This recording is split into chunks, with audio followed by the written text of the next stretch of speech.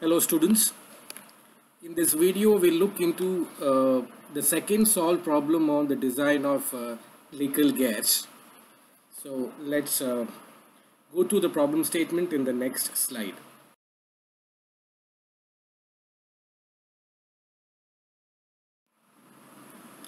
Okay, so the second problem that we will be solving here is design a pair of legal gears to transmit 15 kilowatt from a shaft rotating at 1000 rpm to another shaft running at 360 rpm.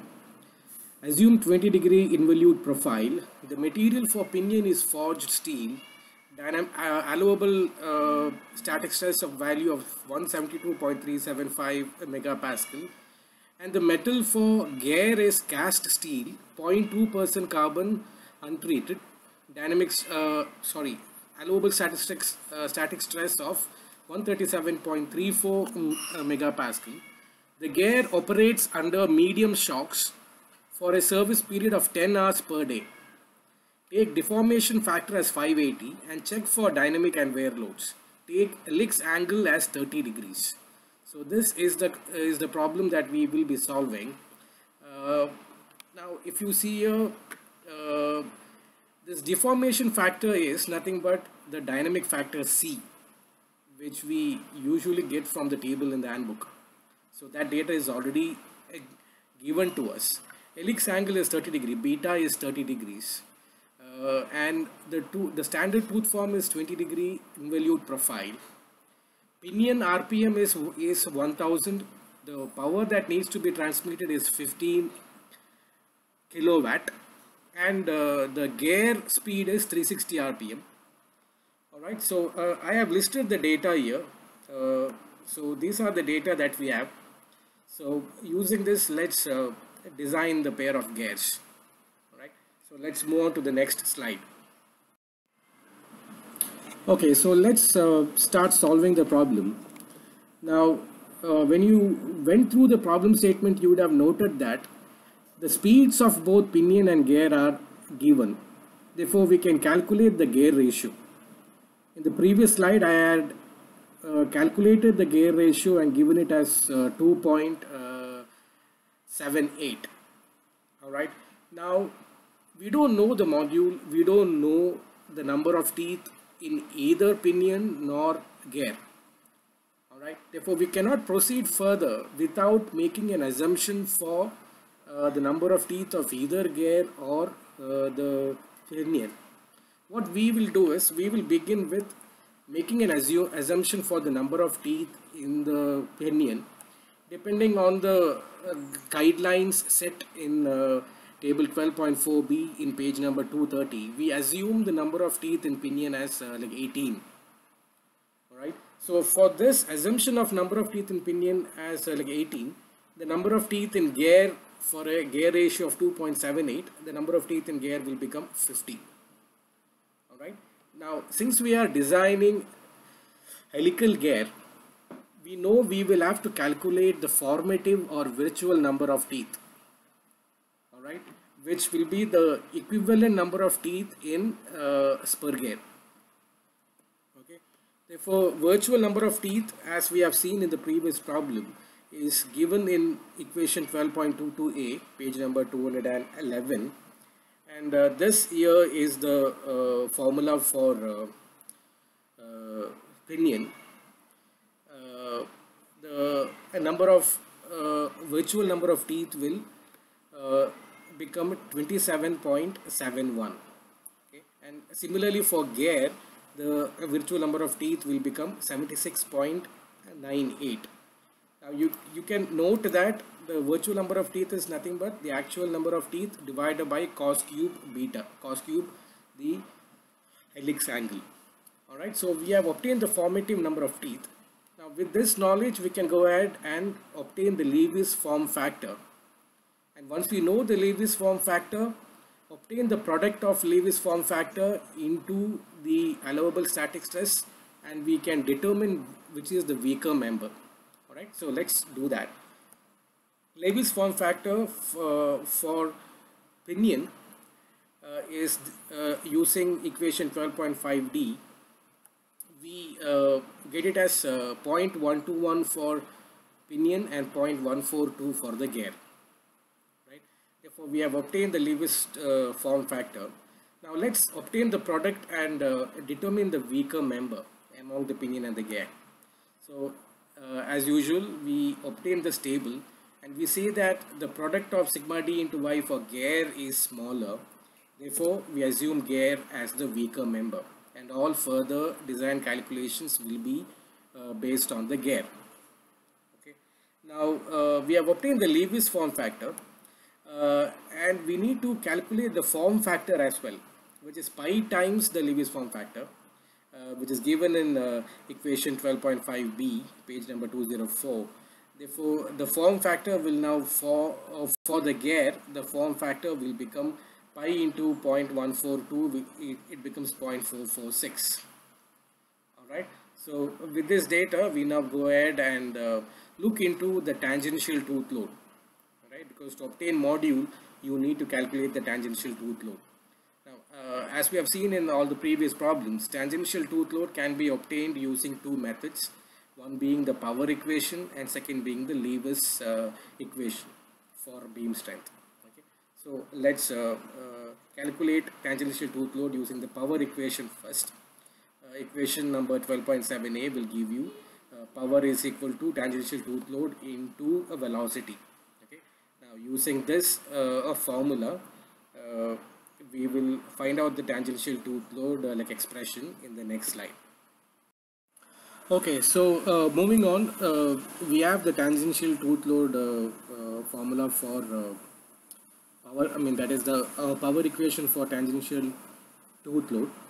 Now, in the problem statement, it was given that the gear operates for a service period of 10 hours per day under medium shocks. And from table 12.28, we see that the service factor turns out to be 1.50. Okay.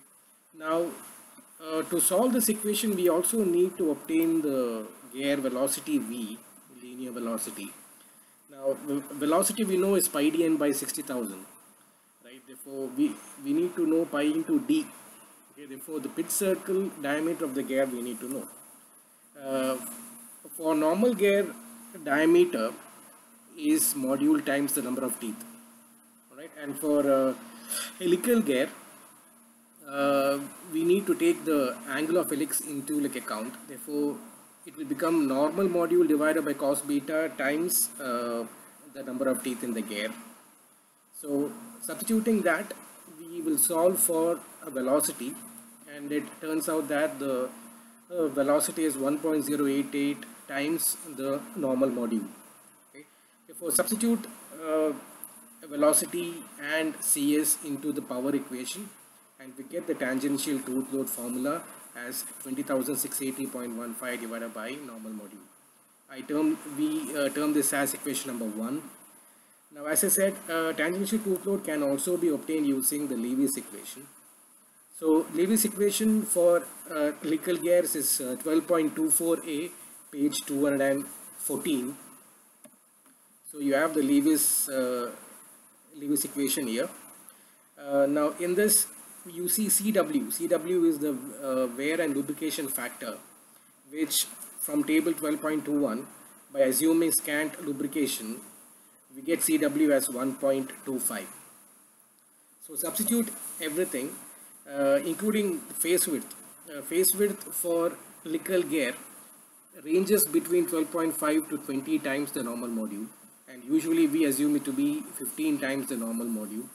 So substitute all the parameters, and we get the second expression for tangential tooth load as 735.22 times CV into Mn square, right? So you have two equations for tangential tooth load.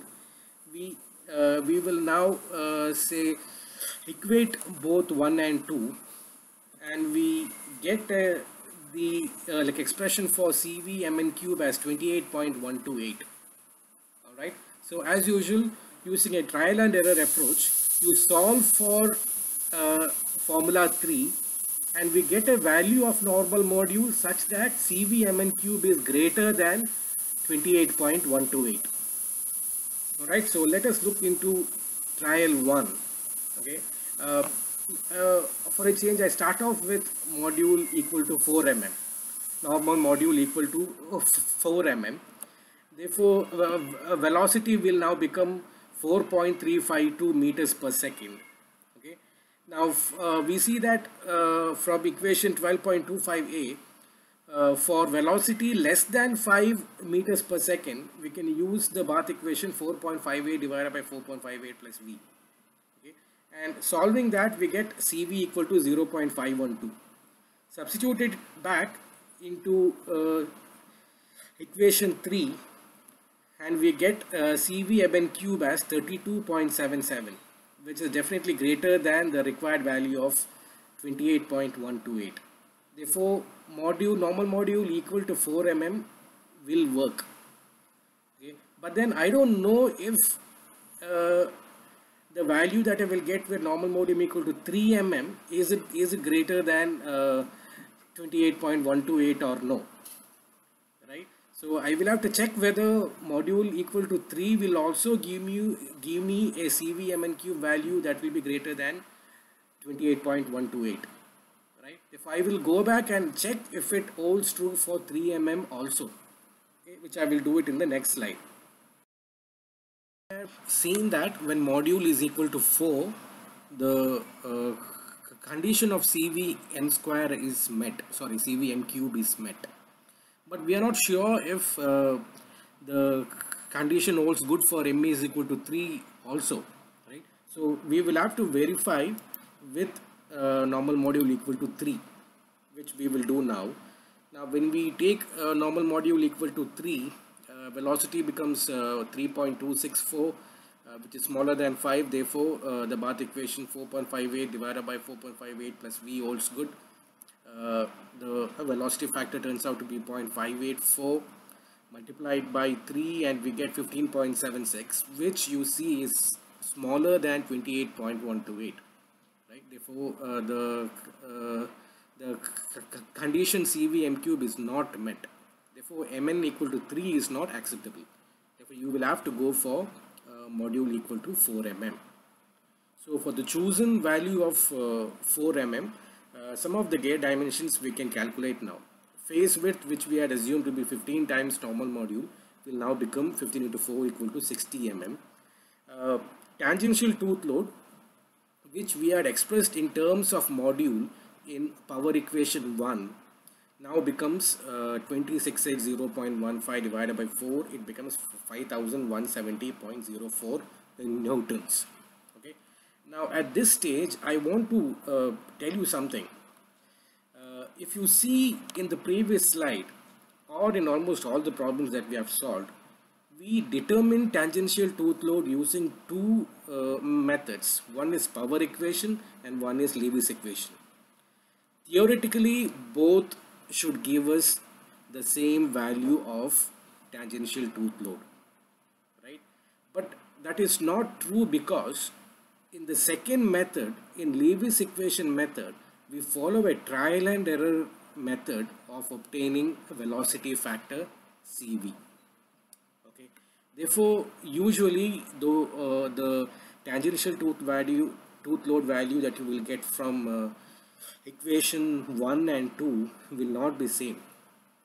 Alright, that is the value of tangential tooth load we get from power equation and Lewis equation will not be same.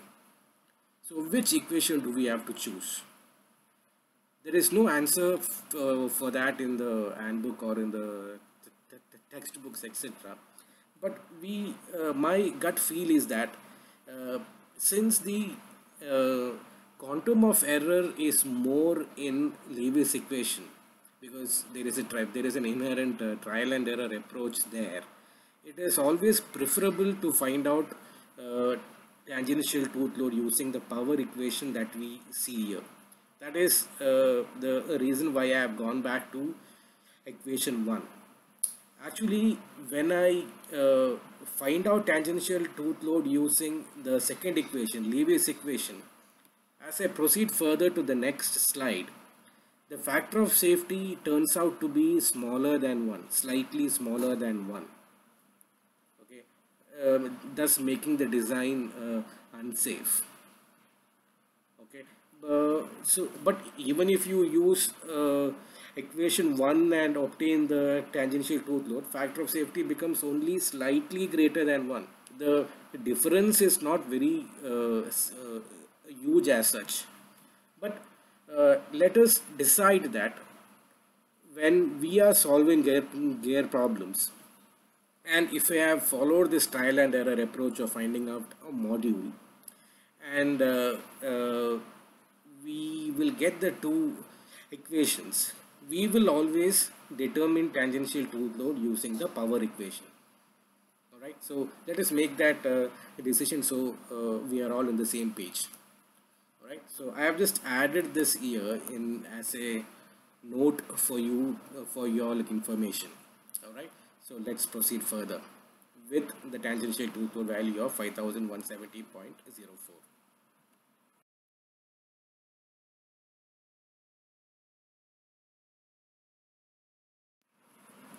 Okay, so we have obtained the module, and now we are checking for the stresses and deciding if the module is proper or not. Okay, so as usual, initially you will find out allowable stress value, which is static stress into a velocity factor, and you get 70.32 as the allowable stress value. Induced stress value from the Lewis equation you determine, and tangential tooth load you have obtained it as 5170.04, and you get induced stress as 48.29, which is less than that of allowable stress, therefore the design is safe. Okay, next, as you know, is beam strength. Beam strength, we will have to initially determine effective load FTG by CV, and we get FTG as 10,097.73 Newton. Beam strength from the Lewis equation without CV, we obtain it as 11,760. Take the ratio of beam strength to effective load, and we get a factor of safety of 1.16.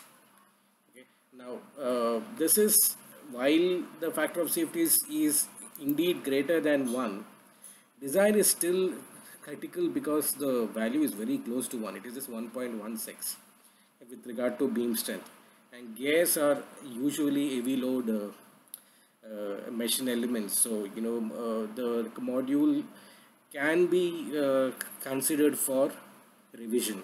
Okay, now that is the recommendation that we can make.